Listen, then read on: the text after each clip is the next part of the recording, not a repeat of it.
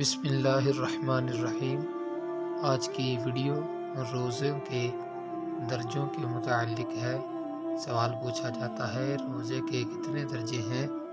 تو جواب سماعت فرمائیے۔ روزے کے 3 درجے ہیں۔ ایک عام لوگوں کا روزہ یعنی پیٹ اور شرمگاہ کو کھانے پینے جماع سے روکنا۔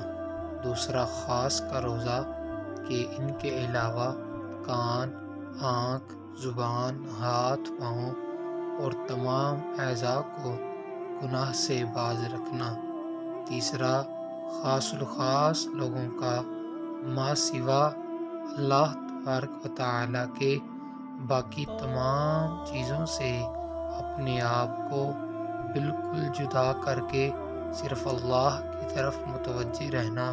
یہ خاص الخاص لوگوں کا روزہ